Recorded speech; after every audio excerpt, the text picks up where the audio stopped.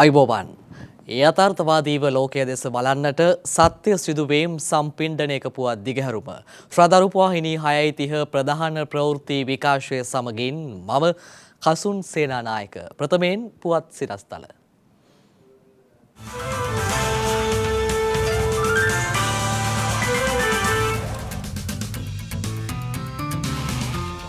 ජනපතිවරණය සඳහා නාම යෝජනා බාර ගැනීම. ජනපති තෝරා පත් කර ගැනීමේ රහස් ඡන්දය හෙට.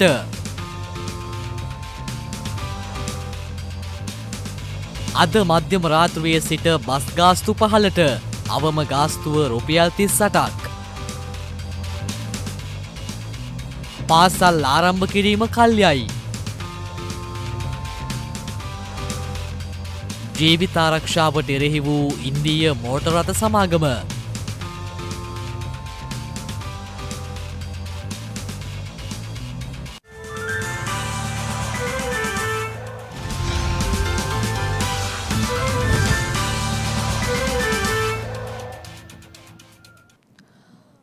ගෝඨාභය රාජපක්ෂ මහතා සිය දුරෙන් නිල්ලාස්වීමත් සමග පුරප්පාඩු වූ ජනාධිපති දුරය සඳහා නව ජනාධිපතිවරයෙකු පත් කර ගැනීමට අදාළ නාම යෝජනා බාර ගැනීම අද පාර්ලිමේන්තුවේදී සිදු කෙරුණා. ඒ අනුව ඒ සඳහා වැඩ බලන ජනාධිපති රනිල් වික්‍රමසිංහ, හිටපු අමාත්‍ය දළ සලහප්පෙරුම සහ පාර්ලිමේන්තු මන්ත්‍රී අනුර කුමාර දිසානායක යන මහත්වරුන්ගේ නම් ඉදිරිපත් වී තිබුණා. 1981 අංක 2 දරන ජනාධිපතිවරයෙකු තෝරාපත් කර ගැනීමේ විශේෂ විධිවිධාන පනත ප්‍රකාරව නව ජනාධිපතිවරයෙකු පත් කර ගැනීම සඳහා අවශ්‍ය වන නාම යෝජනා බාර ගැනීමට අද පෙරවරු 10ට පාර්ලිමේන්තුව රැස් වුණා. ඒ පාර්ලිමේන්තු මහලේකම්වරයාගේ අධීක්ෂණය යටතේ. එහිදී පාර්ලිමේන්තු පිවිසුම් මාර්ගයේ සහ ඒ අවට ප්‍රදේශවල ආරක්ෂාව තර කර ඇති අයුරුද දක්නට ලැබුණා.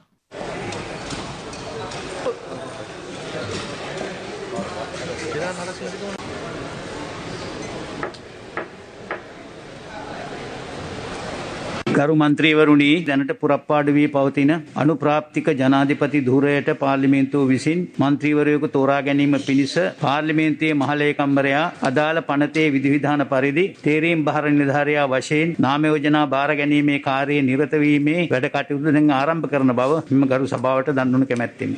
ගරු මන්ත්‍රීවරුනි, 1981 අංක 2 දරන ජනාධිපතිවරයා තෝරාපත් කර ගැනීමේ විශේෂ විධිවිධාන පනතේ 6 වැනි වගන්තිය ප්‍රකාරව ඕනෑම මන්ත්‍රීවරයෙකු තම ආසනයෙන් නැගී සිට මහලේකම්වරයා අමතමින් පුරප්පාඩු වී තිබෙන ජනාධිපති ධූරය සඳහා පාර්ලිමේන්තු සභාගර්භයට පැමිණ සිටින කිසියම් මන්ත්‍රීවරයෙකුගේ නමක් යෝජනා කළ යුතු අතර එම යෝජනාව තවත් මන්ත්‍රීවරයෙකු විසින් ස්ථිර කරනු ලැබිය යුතුය. ඒ සම්බන්ධයෙන් විවාද කිරීමට අවසර නොමැති බවද සඳහන් කරනු කැමැත්තෙමි. ගරු මන්ත්‍රීවරුනි, නාම යෝජනා ඉදිරිපත් කිරීම සඳහා ඔබතුමන්ලා හට දැන් අවස්ථාව තිබෙන බව මම මෙම ගරු සභාවට කාරුණිකව දන්වා සිටිමි. ගරු කතානායකතුමනි, ශ්‍රී ලංකා ප්‍රජාතාන්ත්‍රික සමාජවාදී ජනරජයේ ජනාධිපතිවරයා හැටියට මම යෝජනා කරනවා ගරු ඩලස් අලහප්පෙරුම මැතිතුමා. ශ්‍රී ලංකා ජනාධිපති ධූරය සඳහා ගරු පාර්ලිමේන්තු මන්ත්‍රී ඩලස් අලහප්පෙරුම මන්ත්‍රීතුමාගේ නම මම ස්ථිර කරමි. ශ්‍රී ලංකා ප්‍රජාතාන්ත්‍රික සමාජවාදී ජනරජයේ ජනාධිපති තනතුරට තෝරාපත් කර ගැනීම සඳහා ගරු රනිල් වික්‍රමසිංහ මැතිතුමාගේ නම මම ඉතාම සතුටින් ඉදිරිපත් කරනවා. ශ්‍රී ලංකා ප්‍රජාතාන්ත්‍රික සමාජවාදී ජනරජයේ ජනාධිපතිවරයා වික්‍රමසිංහ පාර්ලිමේන්තු මන්ත්‍රීවරයාගේ නම මම ස්ථිර කරමි. 2022 ජනාධිපතිවරයා තේරීමේ පාර්ලිමේන්තු මැතිවරණයට ජාතික ජනබලවේගය නියෝජනය කරමින් අනුර දිසානායක මන්ත්‍රීවරයා මම යෝජනා කරමි. කරුල ඒකාන්තුමනි, ඒ නම මම ස්ථිර කරනවා. වෙනත් පාර්ලිමේන්තු මන්ත්‍රීවරුන්ගේ නම් ඉදිරිපත් කරනවද? දැන් අවස්ථාව තියෙනවා වෙනත් නම් ඉදිරිපත් කරන්න. වෙනත් නම් නොමැති බවයි පෙනෙන්නේ. ඒ අනුව ගරු මන්ත්‍රීවරුනි 1981 අංක 2 දරන ජනාධිපතිවරයා තෝරාපත් කර ගැනීමේ විශේෂ විධිවිධාන පනතේ දක්වා තිබෙන කාර්ය පටිපාටියට අනුකූලව අනුප්‍රාප්තික ජනාධිපති ධූරය සඳහා පාර්ලිමේන්තුව විසින් මන්ත්‍රීවරයෙකු තෝරාපත් කර ගැනීම සඳහා නාම යෝජනා බාර ගැනීම අවසාන බව මම මෙම ගරු සභාවට දන්වනු කැමැත්තෙමි. ඊට අනුකූලව පහත සඳහන් පාර්ලිමේන්තු මන්ත්‍රීවරයන්ගේ නාම යෝජනා මා වෙත ලැබුණු බව පාර්ලිමේන්තුවට දන්වා සිටිමි. පාර්ලිමේන්තු මන්ත්‍රී ගරු ඩලස් අලහපෙරුම මැතිතුමා, පාර්ලිමේන්තු මන්ත්‍රී ගරු රනිල් වික්‍රමසිංහ මැතිතුමා, පාර්ලිමේන්තු මන්ත්‍රී අනුර දිසානායක මැතිතුමා.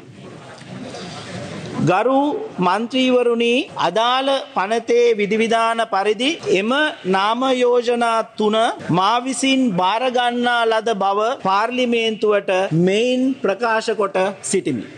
දැනට පුරප්පාඩු වී තිබෙන ජනාධිපති ධූරය සඳහා එක් මන්ත්‍රීවරයෙකුට වඩා වැඩි දෙනෙකුගේ නම් යෝජනා කර ස්ථිර කරනු ලැබ තිබෙන හේයින් ඡන්දය විමසීම සඳහා 2022 ජූලි මාස 20 වැනි බදාදා පූර්ව භාග 10ට පාර්ලිමේන්තුව රැස් වී ඡන්ද විමසීමේ කාර්යයේ නිරත විය යුතු බවට අදාළ කාර්ය යෝජනාව ගරු පාර්ලිමේන්තුවේ සභානායකතුමා විසින් දැන් ඉදිරිපත් කරනු ගරු සභානායකතුමා, ගරු කතානායකතුමනි, යෝජනාංක 1 ඉදිරිපත් කරමි. සභාව එකඟද? අයි සභාව එකඟදයි.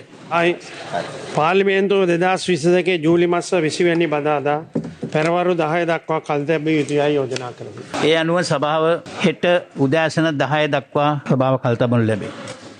ඒ අනුව ඊට නියමිත ඡන්ද විමසීම් හෙට දිනේ සිදුවන අතර ඒ පිළිබඳව අප සොයා බැලීමක් සිදු කළා. එක් පාර්ලිමේන්තු මන්ත්‍රීවරයෙකුට එක් ඡන්දයක් පමණයි මෙහිදී හිමි වෙන්නේ. අදාළ පුද්ගලයාගේ නම ඉදිරියෙන් එක සලකුණු සටහන් කළ යුතුයි ඡන්දය ප්‍රකාශ කිරීමේදී. හැබැයි අපේක්ෂකයින් වැඩි පිරිසක් යෝජනා වුණොත් සිද්ධ වෙනවා 1 2 3 ආදී පිළිවෙලට Tamanගේ කැමැත්ත පරිදි මනාප ලකුණු කිරීම මෙහිදී සිදු කළ යුතු වෙනවා. ඡන්ද ගණන් කිරීම සම්බන්ධ කරුණු පැහැදිලි කිරීමේදී ඡන්ද ගණන් කරන ස්ථානයට අදාළ අපේක්ෂකයෙකුට ගමන් කිරීමේ හැකියාව ලැබෙනවා. ඒ වගේම තමයි අපේක්ෂකයාට යෑමට අවශ්‍යතාවයක් නැතිනම් හෝ ඔහුට හැකියාවක් ලැබෙනවා වෙනත් නියෝජිතයෙකු අදාළ ස්ථානයේ වෙතට යොමු කරන්නට. මෙහිදී ඡන්ද වලින් 50%කට වඩා වැඩි ප්‍රතිශතයක් අදාළ මන්ත්‍රීවරයාට හිමි වුණොත් තමයි ඔහුට හැකියාව ලැබෙන්නේ ව්‍යවස්ථානුකූලව ජනාධිපතිවරයා වශයෙන් දිවුරුම් දෙන්නට. නමුත් කිසිදු පුද්ගලයෙකුට 50%කට වඩා වැඩි ඡන්ද ප්‍රතිශතයක් ලබා ගැනීමට හැකියාවක් නොලැබුණොත් සිදුවනවා දෙවන මනාපය ගණනය කිරීමට. මොනම හේතුවක් නිසා හෝ එහිදී 50%කට වඩා වැඩි ඡන්ද ප්‍රතිශතයක් ලබා ගැනීමට අපේක්ෂකයෙකුට හැකියාවක් නොලැබුණොත් වැඩි ඡන්ද ප්‍රතිශතයක් ලබාගත් පුද්ගලයාට ජනාධිපතිවරයා වශයෙන් දිවුරුම් දීමේ හැකියාව ලැබෙනවා.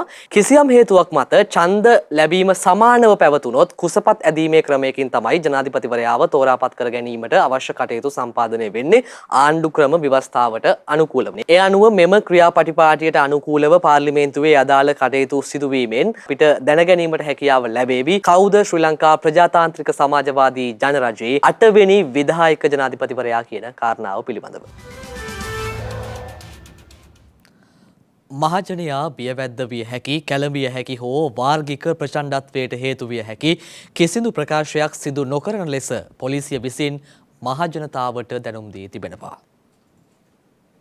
මහජන ආරක්ෂක ආඥා පනත යටතේ වැඩබලන ජනාධිපතිවරයාට පැවරී ඇති බලතල ප්‍රකාරව 2022 ජූලි මාස 18 වන දින අංක 2289න් 7 දරන අතිවිශේෂ ගැසට් පත්‍රය මගින් හදිසි නීති රෙගුලාසි ප්‍රකාශයට පත් කර තිබෙනවා. එම ගැසට් පත්‍රයේ 15 වන වගන්තිය මගින් මහජනයා බියවැද්දිය හැකි හෝ මහජනයා කැළඹිය හැකි හෝ වාර්ගික ප්‍රචණ්ඩත්වයට හේතු විය හැකි හෝ වරදක් සිදු කිරීමට පෙළඹවිය හැකි කිසිදු කටකතාවක් හෝ අසත්‍ය ප්‍රකාශයක් හෝ යම් තොරතුරක් හෝ පින්තූරයක් හෝ පණිවුඩයක් කටවචනයෙන් හෝ ඩිජිටල් ක්‍රමයකින් හෝ සමාජ මාධ්‍ය ඇතුළු වෙනත් කවර වූ හෝ ක්‍රමයකින් සංනිවේදනය කිරීම හෝ පැතිරවීම කිසිදු තැනැත්තෙකු විසින් නොකළ යුතුය යන්න සඳහන් කර තිබෙනවා.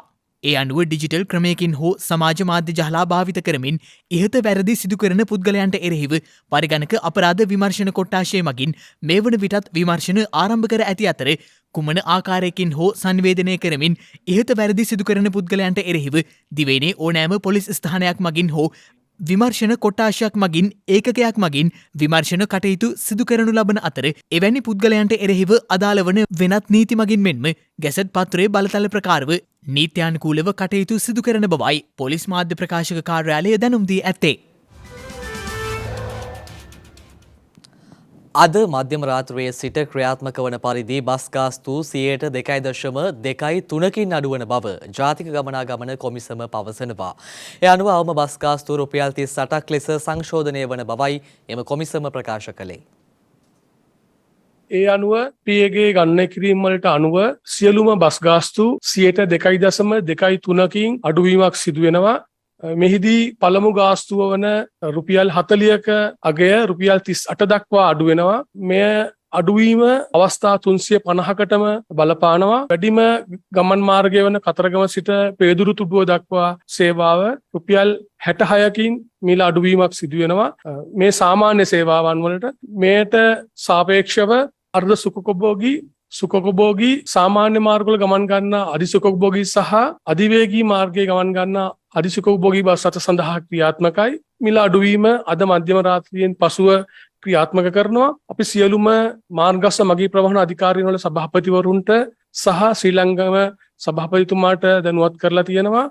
මේ බස් ගාස්තු අඩුවීම සිදු කරන්න ලෙසත් සෑම බස් රථයකම මේ මිල අඩුවීම ප්‍රදර්ශනය කරන ලෙසත් ඒත් එක්කම අපි මහ ජනතාවගෙන් ඉල්ලා සිටිනවා මෙම බස් ගාස්තු අඩුවීම ලබා නොදුන්නොත් ඒ බව පැමිණිලි කරන්න හැකියාවක් තියෙනවා. 19:55 අපගේ ශනික ඇමතුම් අංකය පැය 24 පුරා දින 7ම ක්‍රියාත්මකව පවතිනවා. ඒ සඳහා පැමිණිලි කරන්න පුළුවන්. සිසුසැරිය බස් රථ සේවාවන් සඳහාත් මේ බස් ගාස්තු අඩුවීම ක්‍රියාත්මක වෙනවා. එහිදී අපි පාසල් දරුවන්ගෙන් අය කරන්නේ සාමාන්‍ය බස් ගාස්තුවෙන් 50%ක් පමණයි.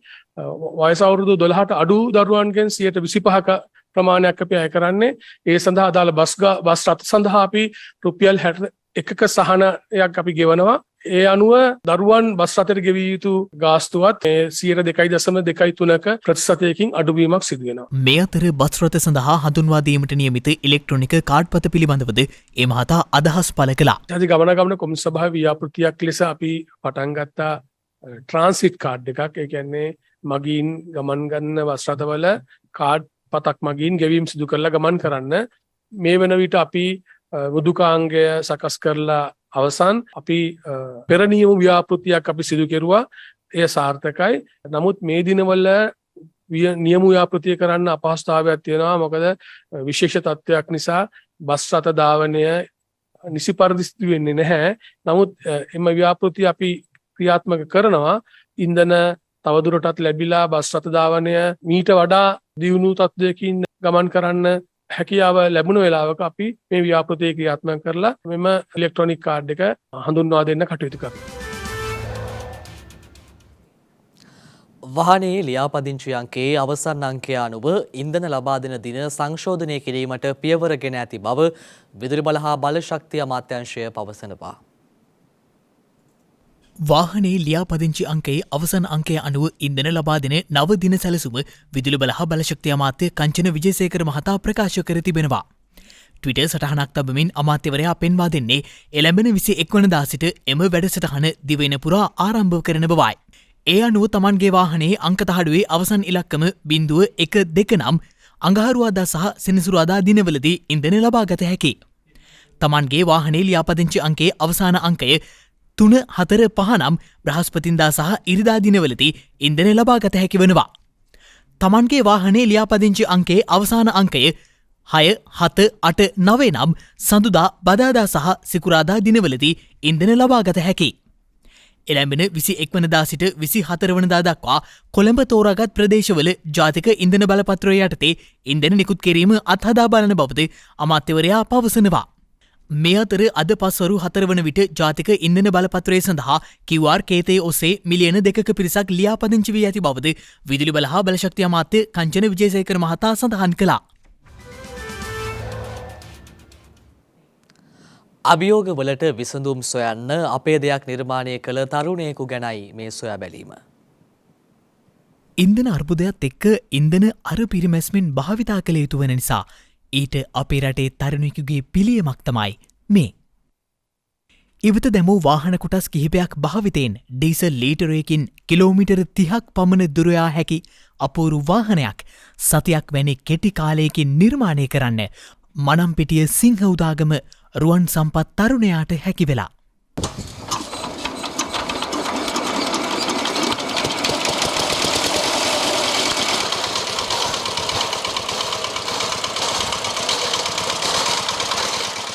කුඩා අතිට්‍රැක්ටරයකින් ඉවත තමා තිබූ එන්ජිමක් වෑන් රථ ලොරි රථ යතුරු පැදිමෙන්ම අනිකුත් සෙසු වාහනවලින් ඉවත දැමූ අංගෝපාංග රැසකින් මේ අපූරු රථය නිර්මාණය කර තිබෙනවා.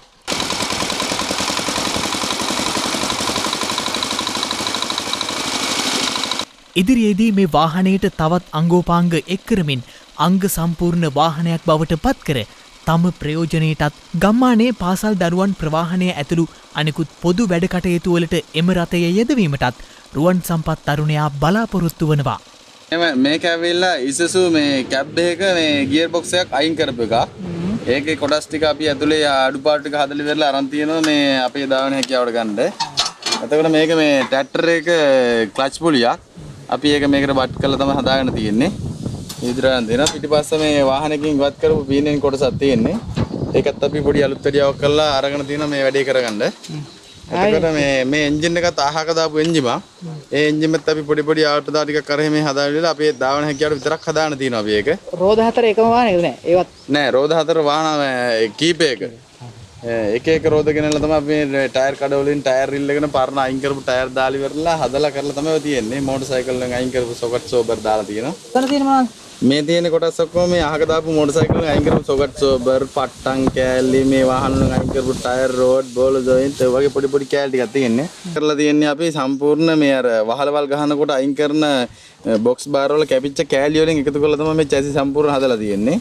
ඩිෆරන්සබල් කියන එක නිර්මාණය කරගෙන. සාමාන්‍යයෙන් 10ක 15 විතර කොටස් තියෙනවා විතර අයින් කරපුවා සේරම ටික එකතු කරලා හදලා තියෙනවා. වයස අවුරුදු 15 සිට ගරාජයක් පවත්වාගෙන යමින් විවිධ නිර්මාණ කර ඇති රුවන් සම්පත් මේ වන විට රැකියා නොමැති තරුණයන් තිදෙනෙකුට පමණ රැකියා අවස්ථා ලබා දෙන්නත් සමත් වූ ව්‍යවසායකයෙක්. ඉතින් මේ නිර්මාණය වැඩි දියුණු කිරීමට අවශ්‍ය යකඩ ඇතුළු අනිකුත් උපකරණ ලබා දෙන්නේ නම් තමන්ට තවත් මෙවැනි නිර්මාණයන් සිදු කළ හැකි බවත් මෙවැනි නිර්මාණ සඳහා පේටන්ට් බලපත්‍ර ලබා දීමට කටයුතු කරන ලෙසත් මේ තරුණයා බලධාරීන්ගෙන් ඉල්ලීමක් කර තිබෙනවා. සම්පූර්ණ මේක අපි බොඩි කිට්ටයක් ගහන්න හිතන් ඉන්නේ සම්පූර්ණ ආරක්ෂාව ඇතුව මේක ගමනක් යන්න පුළුවන් විදිහට හදන්න. නැත්නම් මේක ආපදා වැඩිනේ හයියෙන් යනකොට වැටුනොත් එහෙම කවුරු හරි ආපදාවක් සිද්ධ වෙන නිසා අපි බොඩි කිට්ටයක් ගහන මේකට අනිවාර්යයෙන්. ඇත්තෙන්ම විවිධ අභියෝගවලට විසඳුම් දස දෙසින් ගලා ඇති ඒ විසඳුම් ඔප්නංවන්න කිසිදු ගැටලුවක් පැනනගින්නේ නැත්නම් දිරිය සහය ඇගීම ලැබේ නම් සරල වුණත් මේ සංකල්ප පිළිමිබු කරන්නේ අපේම රටේ මෝටර් රථ සමාගමක පෙරනිමිත්තක් විය හැකි. දෛනිකව මෙරටින් වාර්තා වන කොවිඩ් ආසාදිතයින්ගේ සීඝ්‍ර ඉහළ යාමක් පෙන්නුම් කරන බව සෞඛ්‍යාංශ පවසනවා.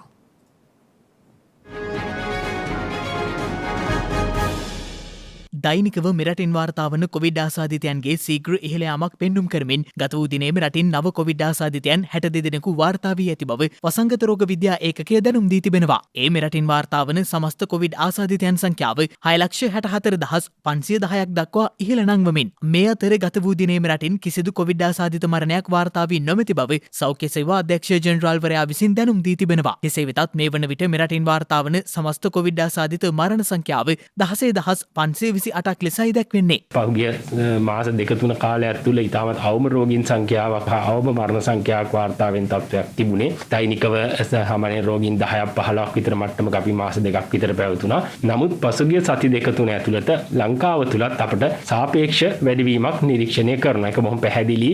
මේක ඉතාමත් මේ තත්ත්වය මේ පවතින ගෝලීය තත්ත්වයත් සමග වර්ධනය වීමක් අනිවාර්යෙන් අපට බලාපොරොත්තු වෙන්න පුළුවන්. දැන් ගෝලීය වශයෙන් අධ්‍යයන තත්ත්වය තමයි අපි දන්නවා නව අණු ප්‍රභේද ඇතිවීමේ ප්‍රවණතාවයක් තියෙනවා. දැන් අද මේ ගෝලීකරණයත් එක්ක ලෝකයේ කිසියම් හෝ රටක නව ප්‍රභේද ඇති වුණොත් ඒක ලෝකේ පුරා පැතිරෙන්න ගත වෙන්නේ ඉතාමත් සුළු කාලයක්. ඒක අපි අත්දැක්කා කොවිඩ් වසංගත තත්ත්වයේ තුලම. එතකොට මේ දැන්ට මේ ඇති වෙන නැඹුරුව නව අණු ප්‍රභේද ඇතිවීම, අණු ප්‍රභේද පැහැදිලිව පෙන්눔 කරලා තියෙනවා, ශීඝ්‍රයෙන් පැතිරෙනවා. ඒ වගේම වැඩිපුර සංකුලතා ඇති වෙනවා, ඇති කරන්න හැකියාවක් තියෙනවා කියලා. තියෙමින් තත්ත්වයක් ග්ලෝබලි වශයෙන් ඇති වුණොත් අනිවාර්යයෙන්ම රටක් විදිහට අපටත් ඒක මුහුණ දෙන්න සිද්ධ වෙනවා. ඉතින් එහෙම තත්ත්වයක් රට තුල ආවොත්, ශීඝ්‍රයෙන් පැතිරෙන වෛරස් ප්‍රභේදයක් ආවොත්, සංකුලතා වැඩි වුණොත් එන්නත් කරන්නේ අරගෙන නැත්නම් විශේෂයෙන්ම මේ අවදානම් කණ්ඩායම් වැඩි අවදානමකට ලක් වෙනවා. ඒ වගේම තමයි දැන්ට තියෙන පරීක්ෂණ දත්ත අනුව තාමත් පැහැදිලිව ඔප්පු කරලා තියෙනවා වර්ධක මාත්‍රා ලබාගත්තු අයට මේ මොන ප්‍රභේදයක් ආවත් සාපේක්ෂව වැඩි ආරක්ෂාවක් තියෙනවායි කියලා. මේ අතර මේ වන විට වෛරසය ආසාදිතව රෝහල්වල ප්‍රතිකාර ලබන පුද්ගලයන් සංඛ්‍යාව 522ක් වන අතර වෛරසය ආසාදිතව සිට සුවය ලැබූ සමස්ත පුද්ගලයන් සංඛ්‍යාව දැක්වෙන්නේ 6,47,460ක් ලෙසයි. රජයේ සහ රජයේ අනුමත සියලුම පෞද්ගලික පාසල් යළි ආරම්භ කිරීම ජූලි මාස 25 වන සඳුදා දක්වා කල් යන බව අධ්‍යාපන අමාත්‍යාංශය පවසනවා. දැන් තවත් දේශීය පුවත් කිහිපයක් කෙටියෙන්.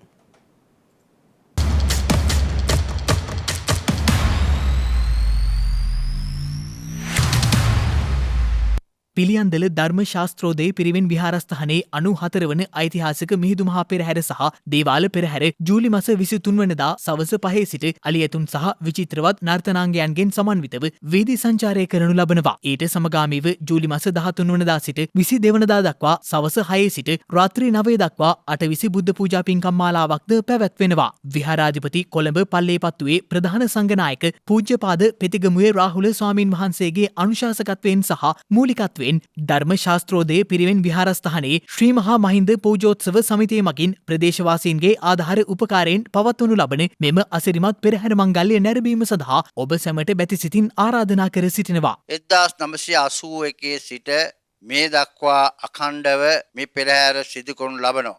මෙවරත් අලංකාර ලෙස මේ පෙරහැර වී සංචාරය කරවීමට ශ්‍රී මහා මහින්ද පූජෝත්සව සමිතිය, ඒ වගේම කුලගෙන සමිතිය, සිද්ධාර්ථ දහම් පාසල, SOS ළමා ගම්මානය වැනි ඒ ආයතන සම්බන්ධ කරගෙන මෙම පෙරහැර ජූලි 23 වෙනිදා සවස වී සංචාරය කරවන බව විශේෂයෙන් මතක් කර සිටිනවා.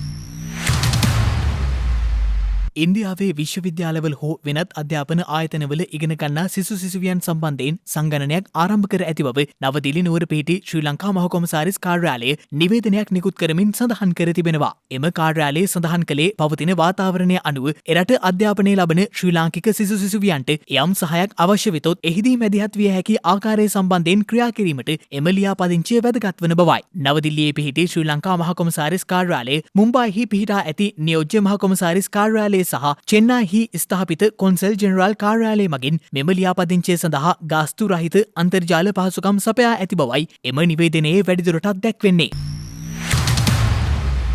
ත්‍රිකුණාමල දිස්ත්‍රික් ලේකම් කාර්යාලයේ නිලධාරීන් සඳහා එළවලු පැළ බෙදා දීමේ වැඩසටහනක් අද දිස්ත්‍රික් ලේකම් කාර්යාල පරිශ්‍රයේදී පැවැත්වුණා. එහිදී දිස්ත්‍රික් කෘෂිකර්ම අංශය විසින් දිස්ත්‍රික් ලේකම් කාර්යාල පරිශ්‍රය තුළ කාබනික පොහොර යොදා ගැනීමෙන් සිදු කරන ලද තක්කාලි, මිරිස්, වම්බටු වැනි පැළ තවාන් මගින් ලබාගත් එළවලු පැළ නිලධාරීන් වෙත බෙදා දීම සිදු කළා. ත්‍රිකුණාමලයේ දිස්ත්‍රික් ලේකම් BHN ජයවික්‍රම මහතාගේ ප්‍රධානත්වයෙන් පැවති මෙම වැඩසටහන රජයේ නිලධාරීන් ගෙවතු වගා සඳහා උනන්දු කරවීමේ අරමුණින් පැවැත්වුණා. මේ අතර පුත්තලම ප්‍රාදේශීය ලේකම් කොට්ටාශයේ සාර්ථක ගෙවතු වගාවන් පවත්වාගෙන යන 50 දෙනෙකු සඳහා එළවලු පැළ බෙදා දීම පුත්තලම ප්‍රාදේශීය ලේකම් රංගනා ජයතිලක මහත්මියගේ ප්‍රධානත්වයෙන් පසුගියදා පැවැත්වුණා. වයඹ සමාජ සේවා දෙපාර්තමේන්තුවේ අනුග්‍රහයෙන් පැවති එම වැඩසටහන පුත්තලම ප්‍රාදේශීය ලේකම් කාර්යාල සමාජ සේවා අංශය විසින් සංවිධානය කර තිබුණා.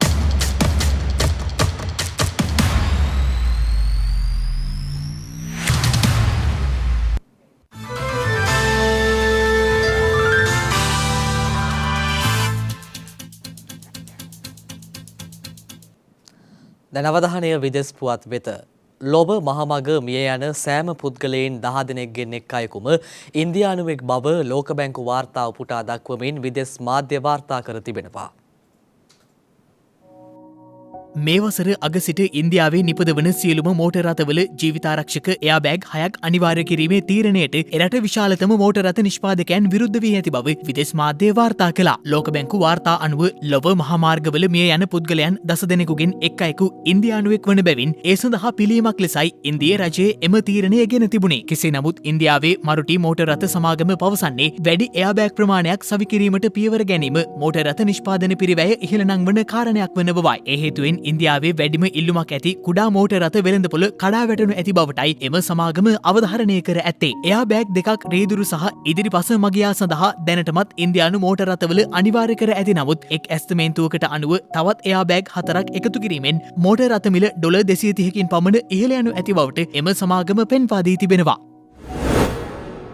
බටහිර අප්‍රිකානු රාජ්‍යයක් වන ගහනාවේ පුද්ගලයන් දෙදෙනෙකු මාබර්ග් නම් වෛරසයක් ආසාදනයෙන් මියගොස් ඇති බව විදේශ මාධ්‍ය වාර්තා කළා. එමෙන්ම මේ වන විට ඔවුන්ගේ ආශ්‍රිතයන් ඇතුළු 98 දෙනෙකු නිරෝධායනයට ලක් කර ඇති බවයි ගහනා සෞඛ්‍යාංශ දැනුම් දී ඇත්තේ. අධික උණ මාංශපේශි වේදනාව, පාචනය, වමනය සහ බොහෝ අවස්ථාවලදී අධික රුධිර වහනය හේතුවෙන් මරණයට හේතු වන මෙම වෛරසය විශාල වශයෙන් පැතිර යනු ඇතැයි අපේක්ෂා කළ හැකි බවට විද්‍යාඥයන් මත පළ කර තිබෙනවා. ලෝක සෞඛ්‍ය සංවිධානයට අනුව මාරාන්තික ඉබෝලා වෛරසයේ සහෝදර වෛරසයක් ලෙස හඳුන්වා දී ඇති මාබර්ග් වෛරසය 1967 වසරේදී එකවර ව්‍යාප්ත වීමෙන් පුද්ගලයන් 7 දෙනෙකු මියගොස් ඇති බවයි වාර්තා වන්නේ. අප්‍රිකානු කොළ වඳුරන් අතරින් මුල්වරට හඳුනාගෙන ඇති මෙම මාබර්ග් වෛරසය උගන්ඩාවෙන් ගෙන එන ලද අප්‍රිකානු කොළ වඳුරන් රංචුවකින් ගහනා රාජ්‍යයට ඇතුළු වන්නට ඇතැයි විද්‍යාඥයන් සැකපල කර තිබෙනවා.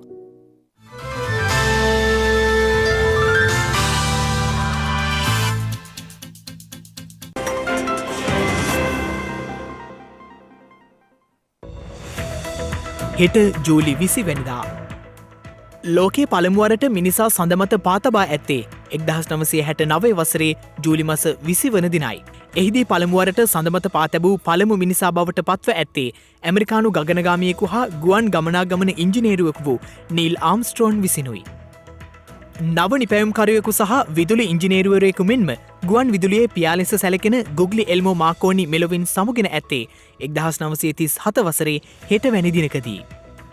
කොළොම්බියානු නිදහස් දිනය වාර්ෂිකව යෙදී ඇත්තේ ජූලි මාස 20 වන දින එනම් හෙට දිනයටයි.